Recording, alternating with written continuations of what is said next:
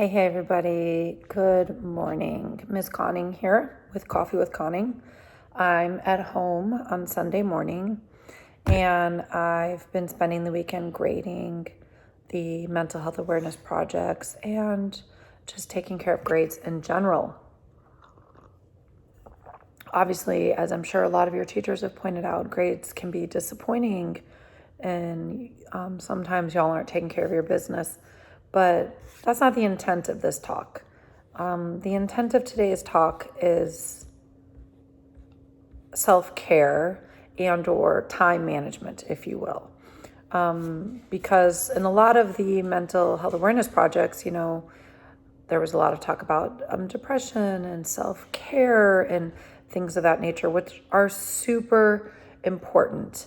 And we all have our moments and our times when we need to allow ourselves to be down, be depressed. 2020 has been a beating, right? It's been super hard.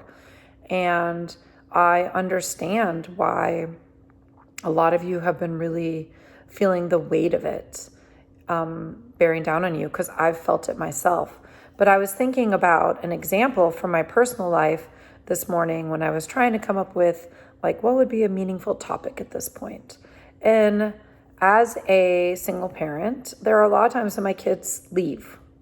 They go with their dad, they visit their dad, they're gone right now. It's just me and the kiddies.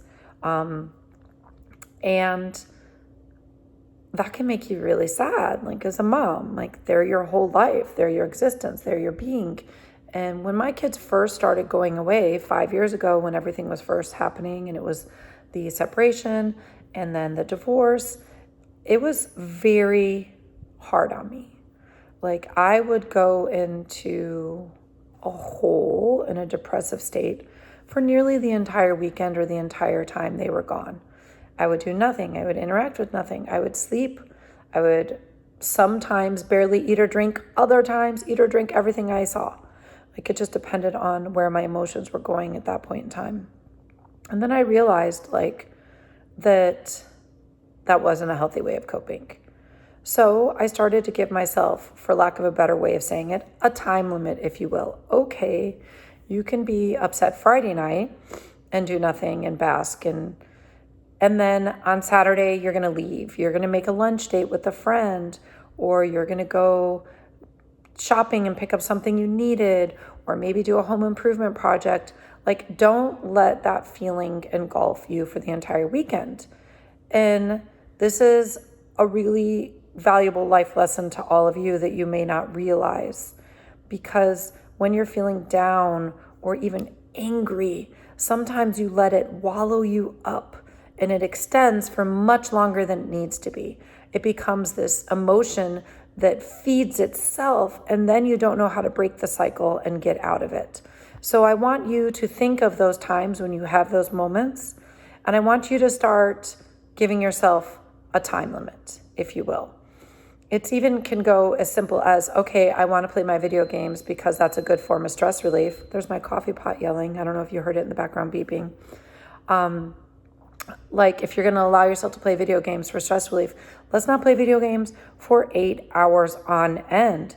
Let's play for a couple hours. Take a break, get up, move around, come out of your room or your hole or your game room or wherever you play, interact with people, feed yourself, take care of yourself. Don't just eat and drink in your room all day or wherever it is your game. I know my son, he could literally, if I let him stay in his bedroom the entire weekend and barely come out because he wants to play online with his friends, and that's his way of social interacting. But that's also not a healthy coping mechanism.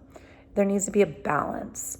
So I guess that's the primary message of today, a balance. Allow yourself those moments, but be so self-aware that you can limit them and move on.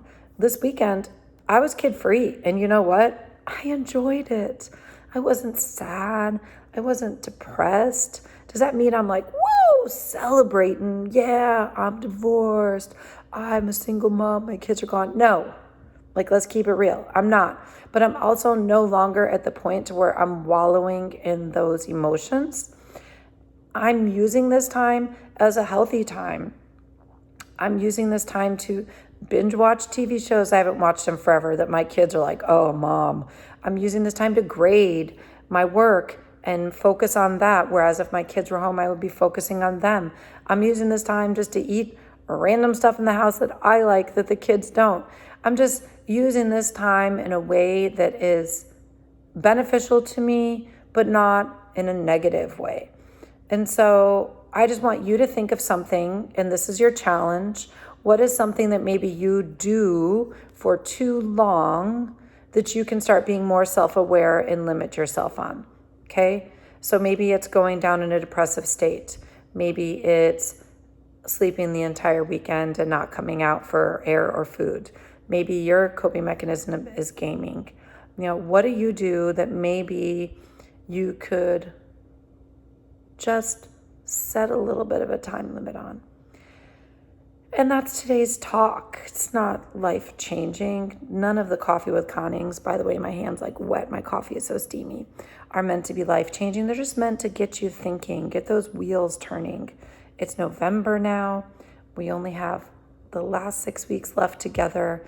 And I just hope that we really enjoy this time together and make the best of it.